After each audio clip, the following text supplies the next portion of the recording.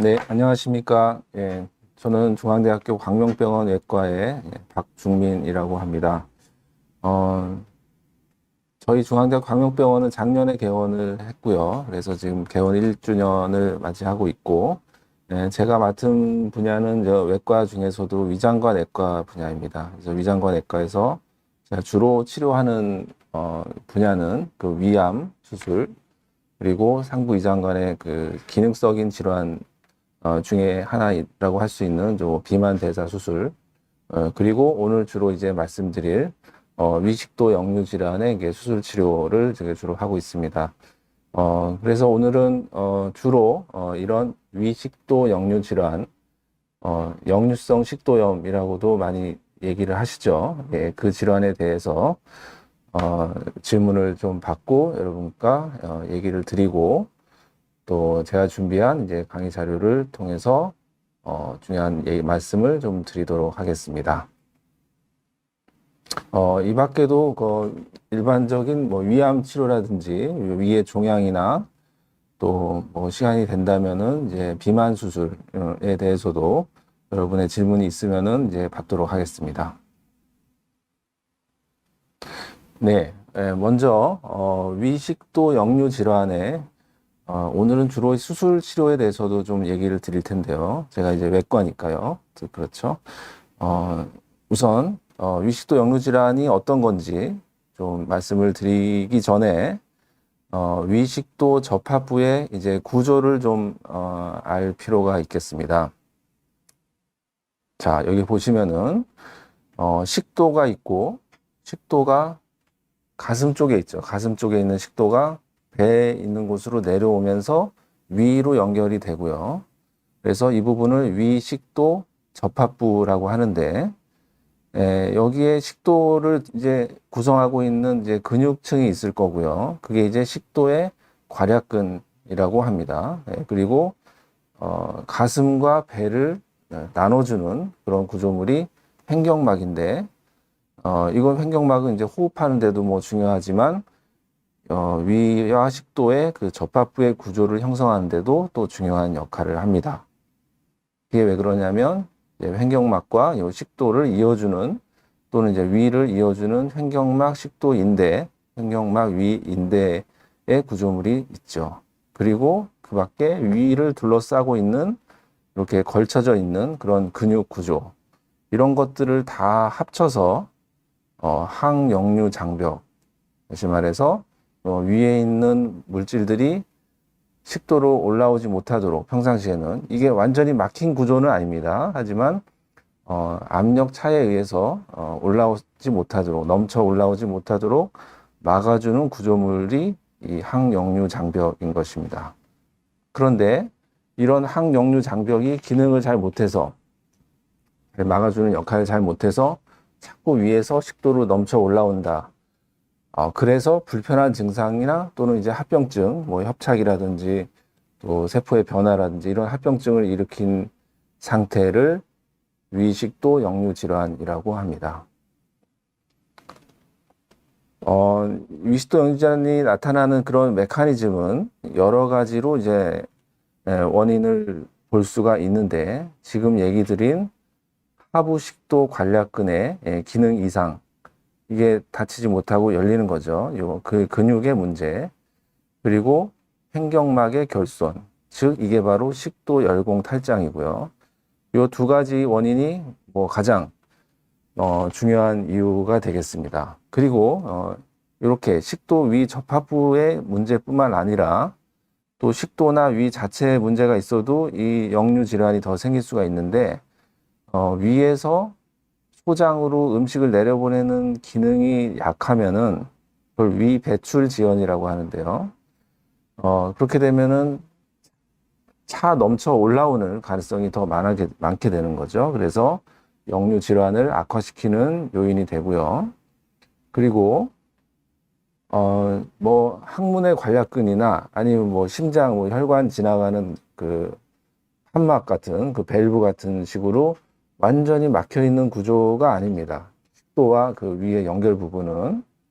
그래서 이 부분은 열렸다 닫혔다 하면서 그러니까 그 열린 상태를 유지하면서 압력만 높게 유지가 되면서 음식 먹은 거는 자연스럽게 내려가고 올라오는 거는 덜 올라오도록 하는 건데 그러다 보니까 조금씩 올라올 수가 있거든요. 그래서 그거를 씻어 내리는 식도의 연동 운동이 잘 되면은 그래도 역류가 덜 생기게 되는데 식도 기능이 떨어져서 잘 씻어 내려 보내는 거를 잘 못한다. 그랬을 때도 역류 질환이 더 많이 생기게 되는 것이죠. 네. 질문 하나 들어온 거를 제가 말씀드리겠습니다. 한송이 님께서 역류성 식도염은 완치는 없는 건가요? 또 약을 먹고 나서 어느 정도 나은 듯 하면 또 재발하고 엎드려서 일하다 보면 가끔 역류가 될 때가 있습니다. 이렇게 하셨는데 지금 뭐 아직 쓰시는 중인 것 같은데 지금 이게 이제 말씀드릴 역류성 식도염 또 위식도 역류 질환에 치료하기 어려운 점을 지금 말씀하신 거고요. 그래서 이 강의에 계속 이어서 내용을 말씀을 드리겠습니다. 자, 그러면은 다시 이제 강의로 돌아가서요. 위식도 역류 질환의 증상. 지금 한송이님께서 얘기하신 그런 증상이지요. 예, 증상 구체적으로는 말씀 안 하셨는데 PPT를 보여주시겠습니까? 예. 네.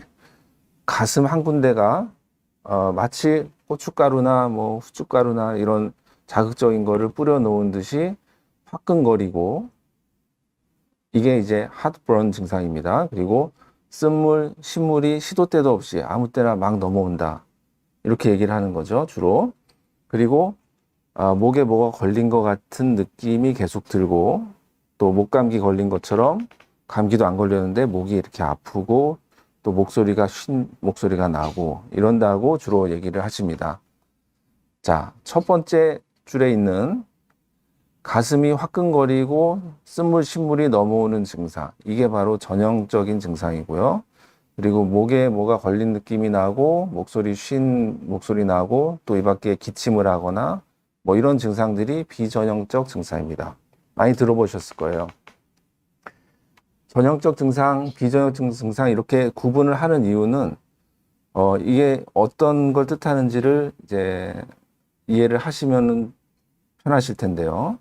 전형적 증상이라고 하는 거는 무슨 얘기냐면은 이런 증상이 있으면은 요 병이 있는 게 거의 확실하다 이런 뜻입니다. 그러니까 가슴이 화끈거리고 신물이 넘어오는 증상이 있으면은 다른 병은 일 가능성은 별로 없고 주로 위식도 역류 질환일 가능성이 거의 100%다 이런 뜻입니다. 그게 전형적 증상이고요. 비전형적 증상이라는 것은 물론 증상에 연관이 있는 증상이긴 하지만 그것 때문만이 아니고 다른 것 때문에도 생길 수 있다는 거죠. 예, 목소리가 쉬고 목감기 걸린 것처럼 목이 아프고 이런 거는 식도염의 증상이기도 하지만 다른 증상, 다른 질환 때문에 생긴 증상일 수도 있기 때문에 이런 거를 비전형적 증상이라고 그럽니다. 이렇게 구분한 이유는 치료하는 데 있어서 치료의 반응이 좀 다르고 그리고 그러니까 같은 치료를 하더라도 뭐 약이든 수술이든 치료를 하더라도 어떤 증상은 치료에 잘 반응하고 어떤 증상은 치료 후에도 증상이 좀 남아있고 이런 경우가 있는데 이런 거를 구분해 주는 것이 전형적 증상과 비전형적 증상이라고 할 수 있습니다. 자, 치료는 어떻게 할까요?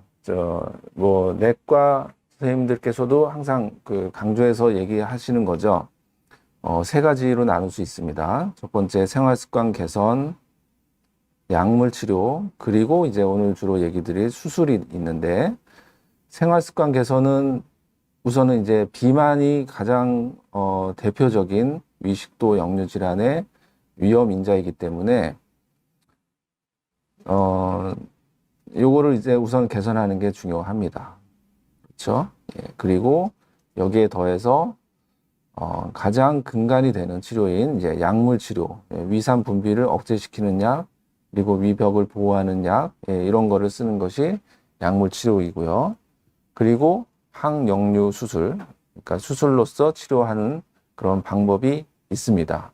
그래서 요거는 이제 위식도 역류 질환의 진단 및 치료에 대한 2020 서울 컨센서스라고 해서 많은 소화기내과 의사와 일부 외과 의사가 같이 저 치료의 가이드라인을 이렇게 발표를 한 건데, 여기서 항역류 수술은 위식도 역류 질환 환자의 증상과 또 삶의 질 개선을 위해서 PPI 유지요법, 그 약물치료 유지요법의 대안으로 추천되는 치료법이다. 이렇게 얘기를 하고 있습니다.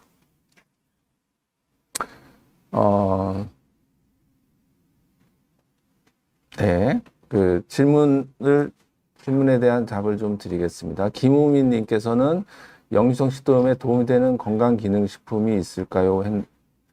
도움이 되는 식품들은 많이 알려져 있죠. 뭐 여러 가지 야채 성분으로 된 거 있는데, 사실은 기능식품의 도움보다는 앞에서 얘기 드린 생활습관 개선과 약물 치료, 그리고 필요한 경우에 수술 치료, 이것이 더 중요한 치료고요. 예. 그리고 식생활 개선이 생활습관 개선에 포함되기 때문에 식생활을 개선하는 것이 중요하지, 기능식품을 통해서 식도염을 치료하는 것은 크게 도움은 안 되는 것 같습니다. 손정희 님께서는 튀김류나 커피를 먹으면 속이 쓰리고 불타는 느낌이 있다. 그래서 놀텍이라는 위산 분비를 억제하는 약, PPI의 한 종류죠. 예, 이 약을 드시고 계시는데, 질문이 아직 안 올라왔나요? 네. 네. 커피나 튀김류, 이거는 이제 고지방식이고, 이제 커피는 이제 카페인이죠. 그래서 이게 우리가 이제 개선시켜야 될 그 생활습관 개선, 식생활 개선의 중요한 부분입니다. 고지방식하고, 그리고 카페인, 또 여기에 술, 담배까지 포함해서 이런 거를 줄이는 게 중요하겠습니다. 네. 다시 강의로 돌아가서 제가 치료 얘기를 좀 하다가 말았는데요. 제가 이런 연표를 좀 만들어 봤습니다. 치료 방법은 약물 치료와 또 수술 치료도 있다. 이렇게 말씀드렸는데, 역사를 좀 살펴보고 그거에 대한 얘기를 좀 드릴게요. 그러니까 위식도 역류 질환 치료의 역사입니다. 자, 1900년대 초반에 식도 열공 탈장, 아까 횡격막이 덜 닫혀서 열려 있어서 이게 역류가 되는 그런 상태를 얘기하는 거죠. 그거를 교정하는 수술이, 이게 이제 항역류 수술의 이제 시작이 되겠습니다. 예, 그때는 횡격막 열어진 것만 이제 닫아주면은 이제 역류가 치료되는 걸로 이렇게 생각을 했던 거죠. 지금도 틀린 얘기는 아니지만 그렇게 해서 시작을 했고, 그리고 이제 잘 알려진 니센이라는 사람이 위저부 주름술이라는 지금도 하고 있는 그 항역류 수술의 방법을 고안해서 시작한 게 1950년입니다. 50년대입니다. 아주 이른 시대부터 이 수술 치료가 이제 시작이 된 것이죠. 그 이후에 또 여러 사람에 의해서 이런 위저부 주름술, 펀더플리케이션이라는 수술 방법이 좀 변형이 됐습니다. 이제 360도 하던 거를 180도, 270도 이렇게 바꾸면서 여러 가지 이제 방법의 수술적 치료가 시행이 돼 왔고요. 예, 그러던 중에 이제 70년대에 PPI라는 양성자 펌프 차단제라는 그 강력한 위산 분비를 억제하는 약이 이거는 발명됐다고 얘기하는 게 맞겠습니다. 그 약이 나타나서 많은 치료가 이제 약물 치료 쪽으로 이제 넘어가게 됩니다. 힘들게 개복 수술을 하는 그런 수술을 할 필요가 없어진 것이죠. 그래서 아주 혁명적인 그런 약물의 발견이었고요. 그래서 그 약물 치료 위주의 치료를 쭉 하다가 90년대 들어서는 다른 치료 수술과 마찬가지로 이제 복강경 수술이라는 게 이제 도입이 되면서 이 항역류 수술도 복강경 수술을 이제 시작을 하게 됩니다. 예, 그래서 다시 수술의 역할이 올라가기 시작하는 거죠. 그래서 서양에서는 아주 흔한 수술이 지금 돼 있습니다. 그러던 중에 최근에는 한 십몇 년 전부터는 요 PPI라는 요 정말 아주 좋은 약이 장기적으로는 좀 부작용이 있더라 하는 것이 알려지고 보고가 되고 FDA에서 경고를 하고 이런 상황이 돼 있습니다. 그래서 여전히 이제 수술적 치료의 역할이 앞으로 더 좀 있어야 되지 않을까 하고 이제 생각을 할 수 있는 것이죠. 그래서 이 표를 제가 얘기 드린 거는 수술 치료라는 것이 뭐 최근에 이렇게 개발된 그쵸? 예, 약물 치료를 뭐 대신하기 위해서 최근에 시행하게 된 새로운 신기술 뭐 이런 게 아니라는 거를 좀 말씀드리려고 이 표를 말씀드립니다. 예, 약이 발명되기도 전에 수술 치료가 시작이 됐었고 그 수술을 지금도 하고 있다라고 말씀드릴 수 있겠습니다. 그러면은 이런 수술은 언제 하느냐, 어떤 경우에 하느냐, 네, 이것도 외과 측에서 나온 이제 가이드라인이 있습니다. 수술 치료의 가이드라인을 보면은 약물 치료에 실패했을 때 그리고 약으로 잘 치료가 되지만 이거를 이제 평생 약을 계속 먹어야 된다 그러면은 그거를 피하기 위해서 여러 가지 이유로 약을 먹을 수 없는 상황이 된 그런 환자들에게는 수술이 필요할 것이고요.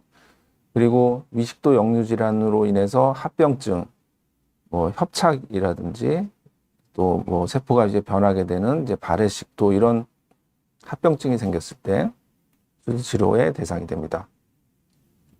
그리고 비전형적인 증상이라고 전에 말씀을 드렸던 이거를 이제 다시 얘기하면은 식도 외 증상인데, 그러니까 가슴 쓰리고 역류되고 이거는 식도에서 나타나는 증상이고요.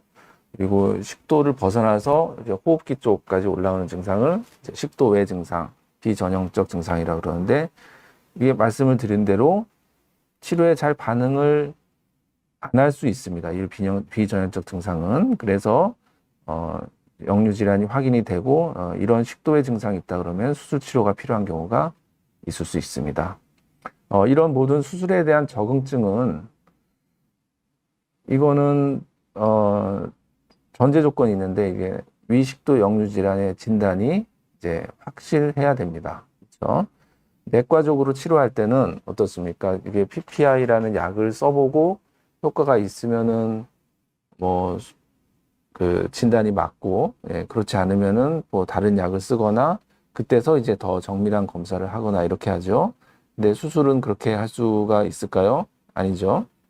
수술해보고 진단이 맞는지 알아보기 위해서 수술을 할 수는 없으니까 이거는 절대적인 조건으로 위식도 역류 진단의 진단이 수술 전에는 최소한 확실하게 되어 있어야 됩니다. 그러면 뭐 수술 치료 생소하신 분도 많이 있으실 텐데 어떻게 치료받고 있는지 대부분 약물 치료를 하죠. 현 상황을 좀 말씀을 드리겠습니다. 이 위식도 역류 질환이라는 요 병, 가슴 쓰림, 역류 이게 나타난 이 병은 아주 흔합니다. 흔한 병이 돼 있고요. 지금 현재 전체 성인 국민의 그 파퓰레이션의 한 10% 이상 되는 걸로 추측이 돼서요. 300만 명 이상이 최근 뭐 12년부터 16년까지 5년 동안 실제로 데이터를 봤더니 300만 명 이상이 약을 12주 이상 치료를 받은 사람이 이렇게 많습니다. 그 중에서 수술 받은 사람은 0.01%. 수술 치료라는 것이 위식도 역류 질환의 하나의 치료 방법이긴 하지만 99.99%는 현 상황이 그렇습니다. 99.99%가 약물 치료하고 있고 수술 치료하는 사람은 0.01%라는 거죠. 예.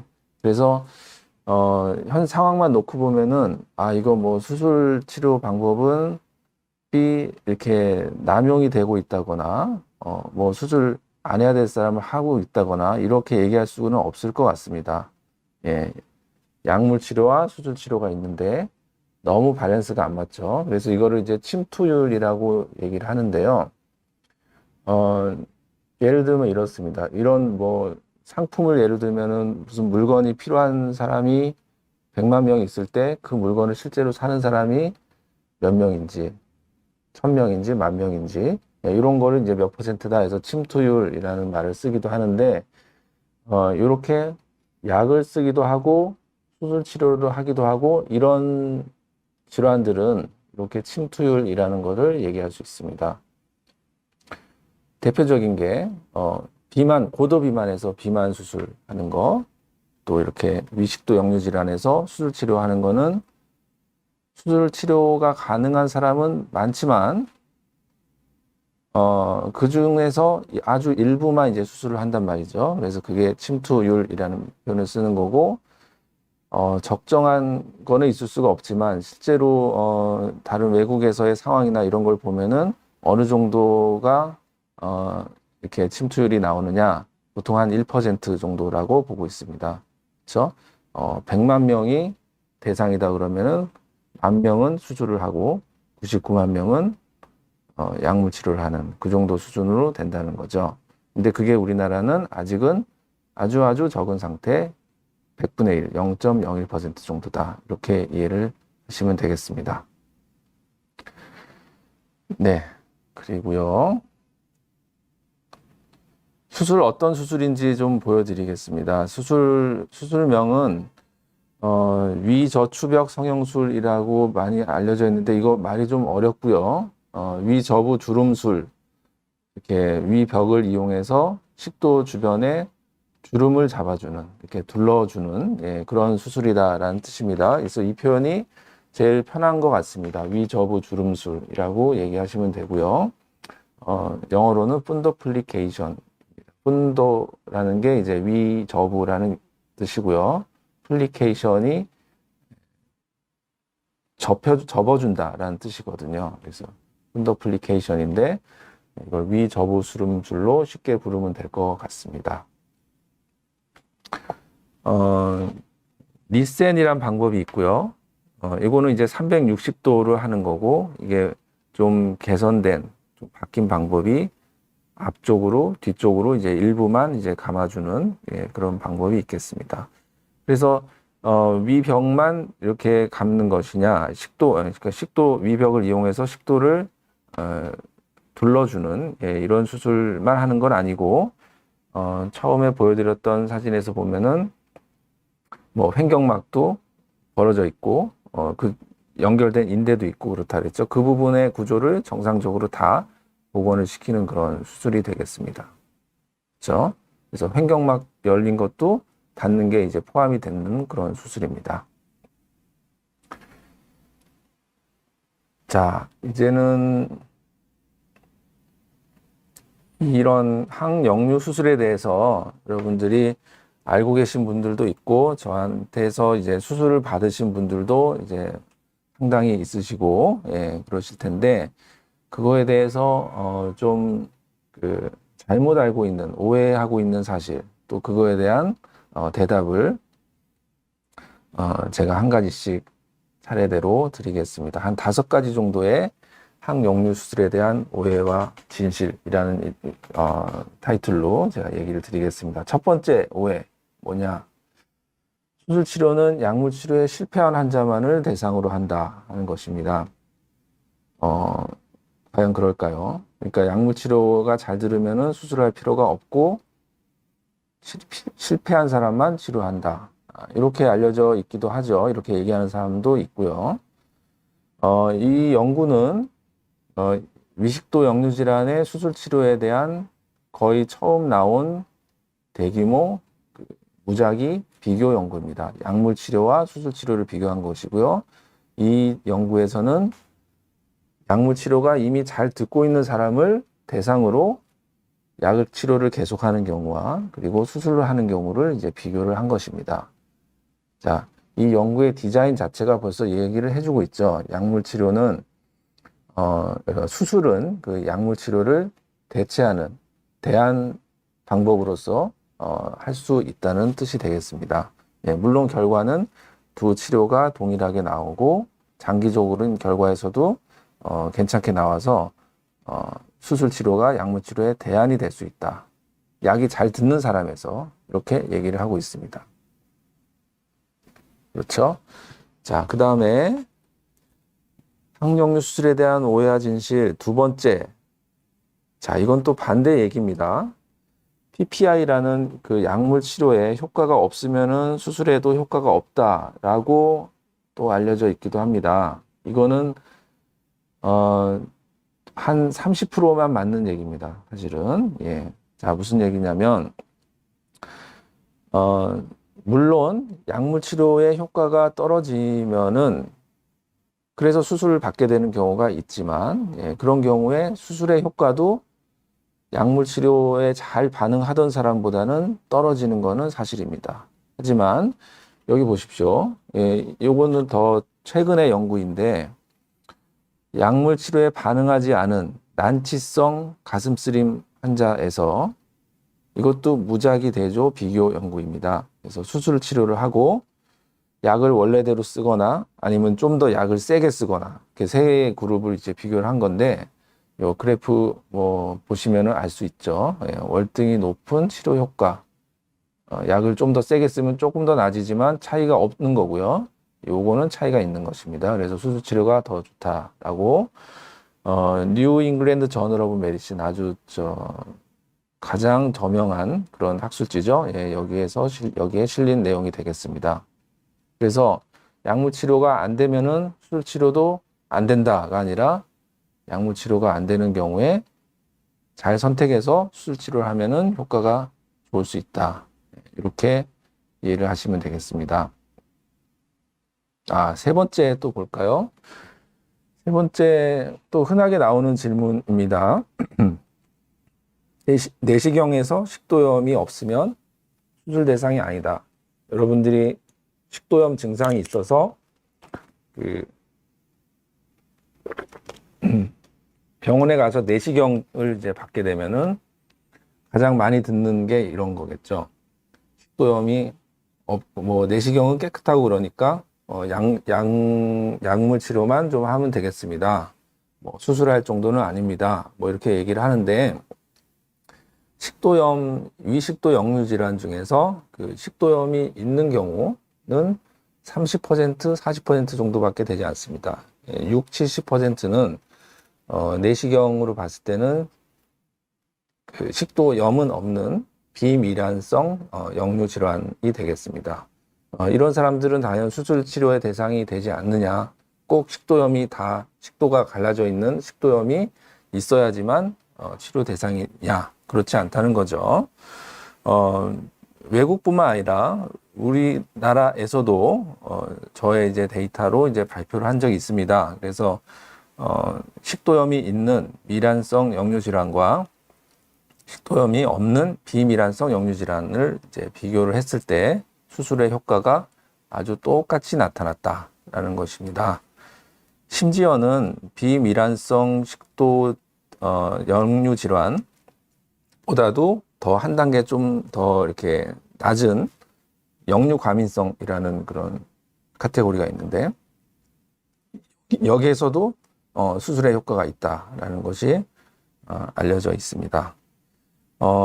뭐 비미란성 또는 이제 역류 과민성 또 기능성 위장장애, 기능성 합번 이런 증상들은 질환들은 얘기를 드렸는데 이게 그 질환의 뭐라 그럴까요? 그런 스펙트럼 이렇게 무지개 빨주노초 파란보 쭉 이렇게 변하듯이 스펙트럼을 형성하고 있습니다. 여기서 보시면은 이쪽으로 갈수록 실제로 식도염이 있는 그리고 실제 산 역류가 있는 그런 질환군이고 요 오른쪽으로 갈수록 이제 기능적인 장애, 그러니까 식도가 예민한 거죠. 실제로 산 역류는 안 되고 이런 스펙트럼이 있는 건데 요 중간에 있는 것들이 비밀환성 또는 역류 과민성입니다. 그래서 이런 것까지도 이런 치료 효과가 좀 점점 떨어지는 거지만 약물 치료가 가능하듯이 수술 치료도 이제 가능하다라는 것을 얘기 드릴 수 있겠습니다. 그래서 약의 효과가 없대거나 또는 내시경에서 식도염이 없고 뭐 이런 것은 수술을 하면 안 되는 그런 기준이 아니고요. 결국은 수술 효과가 어떨지, 자, 거의 뭐 100% 수술 효과를 기대해도 될지, 아니면은 수술 효과가 없지는 않지만 그 수술 효과가 좀 떨어지긴 하겠지만 수술 효과가 없지는 않다 정도로 얘기할 수 있는지, 그러니까 수술 효과가 어느 정도가 될지를 예측할 수 있는 그런 인자라고 할 수 있겠습니다.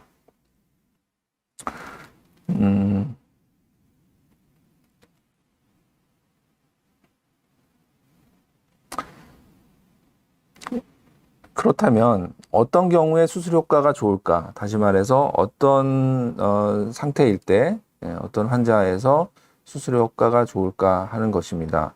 그 전에 이제 말씀드리면 수술 치료의 효과는 전체적으로는 한 90% 정도를 얘기하죠. 그래서 10명 수술 받으면 그중에 9명 정도는 증상 개선에 만족하고, 그것도 장기적으로 그렇고요.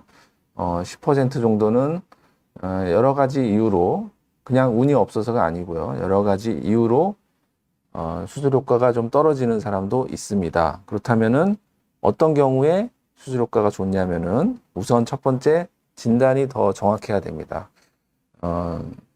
아까 전에 제가 말씀드린 수술해야 되는 이유를 설명할 때 전제 조건, 진단이 정확해야 된다 그랬죠. 예, 그렇게 되려면은 전형적인 증상이어야 하고요. 비전형적 증상보다는. 그리고 약물 치료에 특히 이제 PPI에 반응을 잘하는 증상.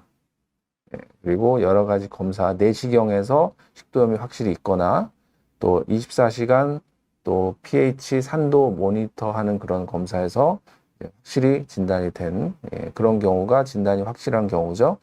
예, 그리고 이제 그 밖의 요인으로는 열공 탈장이 있으면은 구조적으로 이렇게 탁 벌어져 있는 것이 있기 때문에 그걸 교정하는 게 수술이니까 수술 효과를 더 확실하게 담보할 수 있다라고 얘기할 수 있다는 거고요. 그리고 이제 비만, 특히 이제 고도 비만이 아닌 경우가 더 수술 효과가 좋습니다. 왜냐하면은 고도 비만 때문에 이제 역류 질환이 생기고 이러면은 수술 치료를 한다고 했을 때 처음에 얘기 드린 이제 비만 수술로 치료하는 것이 더 우선이죠. 항역류 수술을 하는 것보다는. 그리고 그 밖에 뭐 정신과 질환, 뭐 우울증이나 공황장애나 이런 질환이 동반되지 않는 경우에 더 효과가 더 좋다고 알려져 있습니다.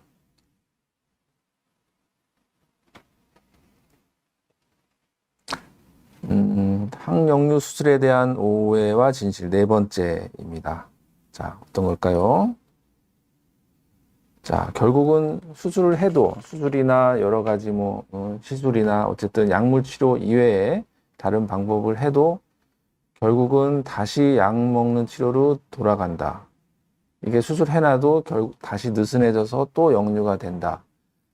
라고 이야기를 하기도 합니다. 예, 그렇게 경험하는 사람도 있고요. 예, 어떨까요? 이것도 한 절반은 맞고 절반은 틀린 그런 말이 되겠습니다. 자, 이유를 보면은, 자, 우선 수술하고 나면은 이제 PPI라는 약을 평생 단 한 알도 안 먹어도 되느냐? 그렇진 않습니다. 예.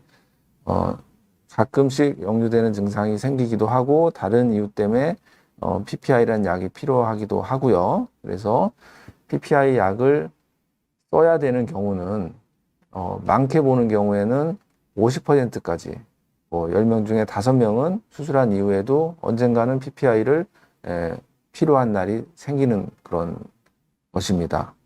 하지만 그게 바로 이제 수술이 소용이 없었다라고 얘기할 수는 없는 것이죠.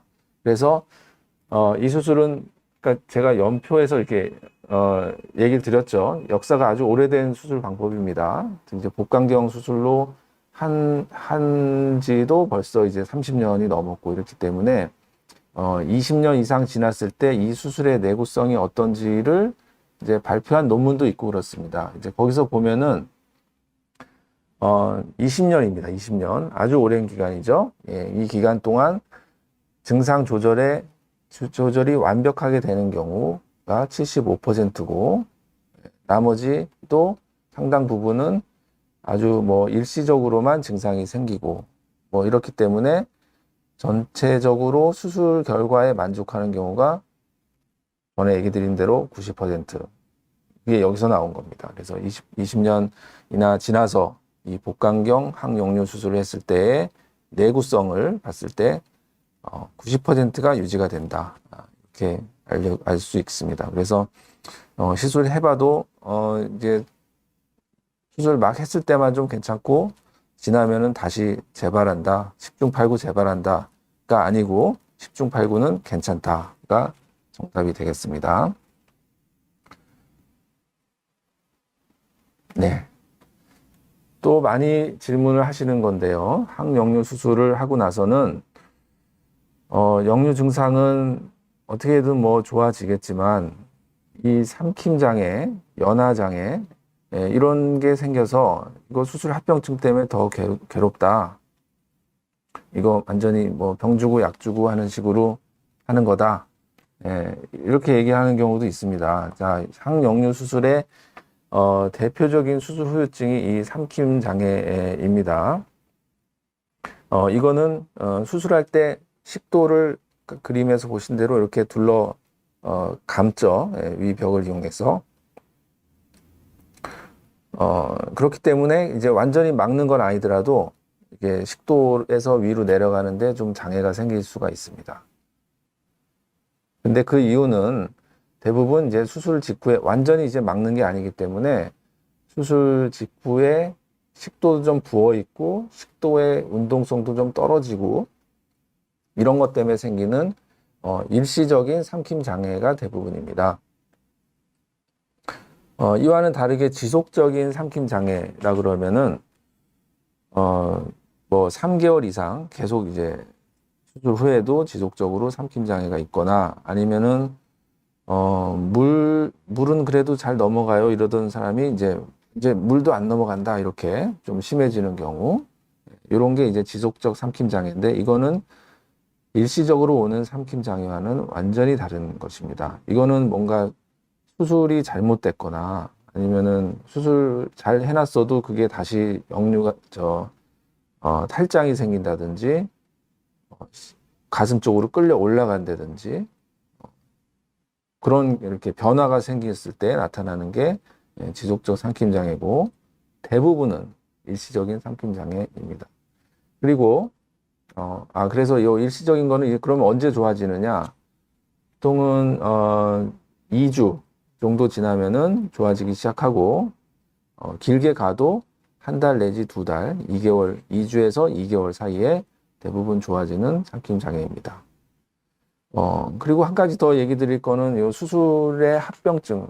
모든 수술은 다 합병증이 있겠죠. 수술 합병증. 어쨌든 이제 피부를 절개하고 복강경 수술이라 하더라도 뱃속으로 들어가서 하는 수술이기 때문에 그거에 대한 합병증이 다 있죠.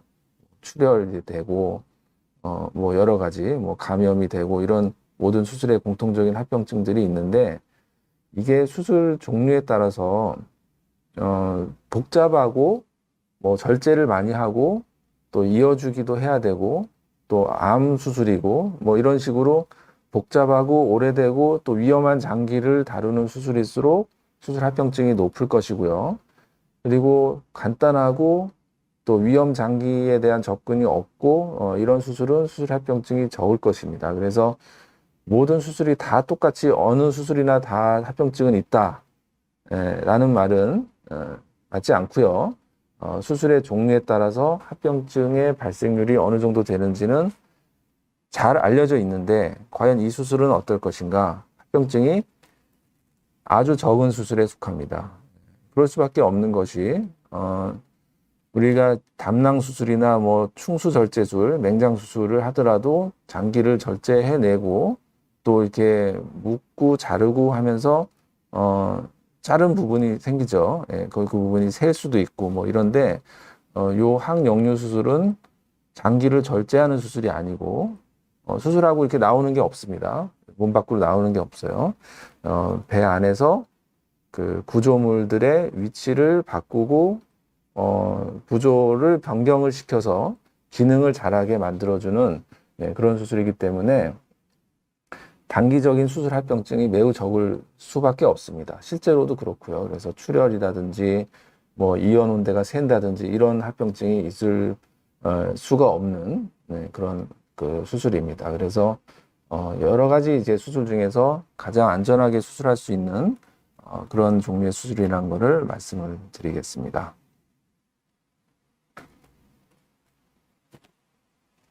네. 그러면은 질문을 좀 볼까요?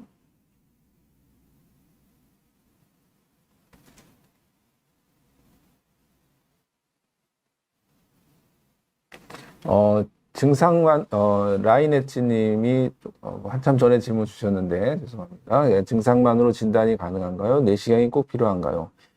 위식도 역류 질환은 증상만으로 어느 정도 진단은 가능합니다. 그렇죠?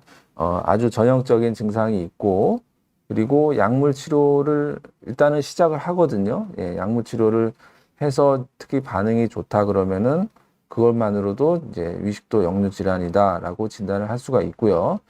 내시경이 필요한 경우는 수술을 염두에 둔다 그러면 반드시 내시경뿐만 아니라 다른 검사도 하셔야 되는 것이고, 증상이 전형적이지 않고 다른 질환을 구별할 필요가 있다 그럴 때 내시경이 필요하게 되겠습니다. 그러니까 증상이 전형적이고, 다시 말씀드리면 증상이 전형적이고 약으로 좀 치료를 할 계획이다 그러면은 굳이 내시경을 바로 모든 경우에 할 필요는 없습니다.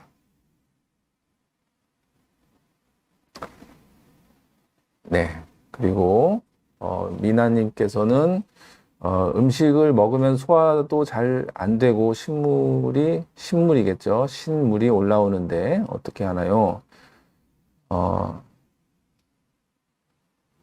음식 먹고 나서 신물 올라오는 거, 요게 얘기 드린 그 전형적인 증상 중에 하나이지요. 하지만 요 한 가지 증상으로 모든 그 이제 위식도 역류 질환을 다 바로 진단할 수는 없고요.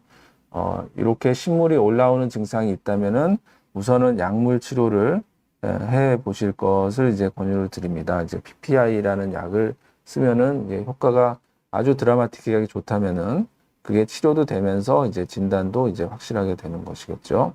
네.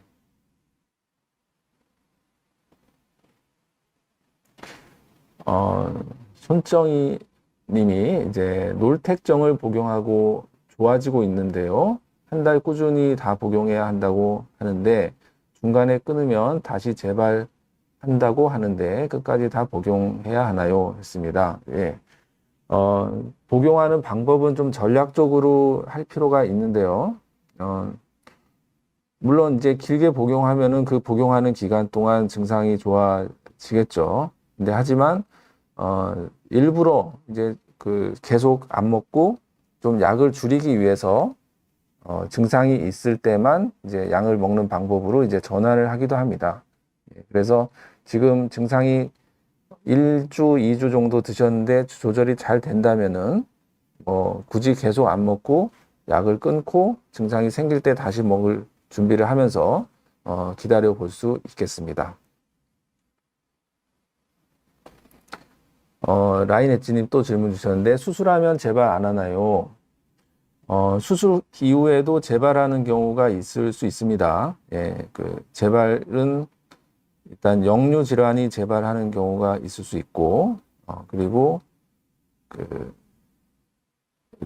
밖에 수술 이후에 이제 그전에는 없었던 다른 증상이 또 생겨서 여러 가지 문제가 생길 수도 있는데, 그 재발률은 이제 10% 정도로 이제 볼 수 있습니다.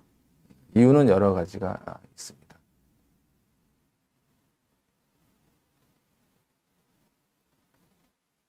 네. 그리고 김은미님께서는 수술은 최대한 피하고 싶은데 약이 잘 안 들으면 꼭 수술을 해야 할까요? 얘기 드린 대로 이거는 이 수술 방법은요. 수술 치료라는 거는 증상이 자, 뭐 100만 명의 이제 환자가 있다 그러면은 그 중에서 증상이 가장 심한 사람을 이렇게 순위를 매겨 가지고 1등부터 1000등까지만 수술을 하고 그 밑으로는 안 하고 이렇게 하는 게 아닙니다. 이것은.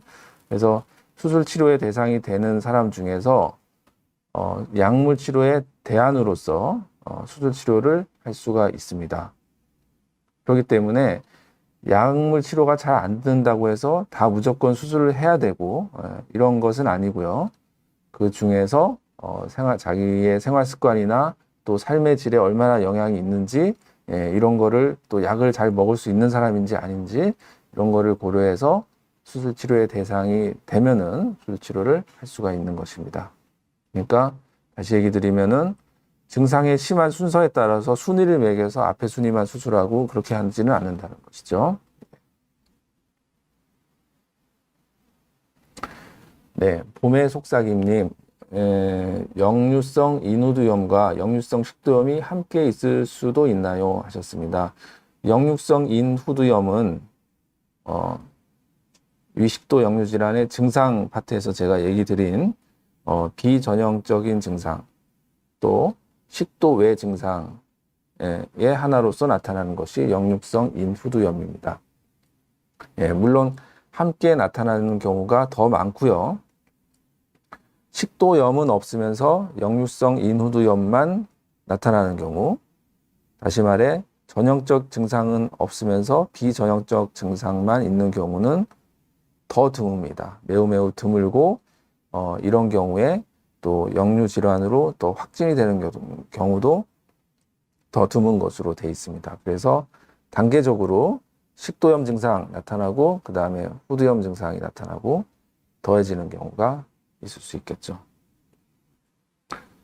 그런데 여기서 한 가지 또 말씀드릴 거는 식도하고 인후두염이 같이 나타나는 경우가 더 많지만 간혹 가다가 이제 식도염 증상은 없으면서 후두염 증상만 있는 경우도 있을 수 있거든요. 근데 그런 이유는 그 식도가 예민한 정도가 다르기 때문입니다. 식도는 그래도 위하고 좀 가까워서 그런지 위산에 조금 더 잘 견디는데 위로 올라올수록 그러니까 상부 식도나 이제 후두 쪽은 조금의 위산에도 더 증상을 일으킬 수가 있거든요. 그래서 가끔 식도는 괜찮은데 인후두염이 오는 그런 경우가 있을 수 있는 것입니다.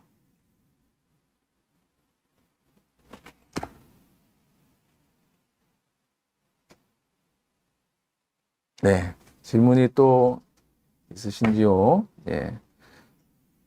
그래요. 저는 요 항역류 수술의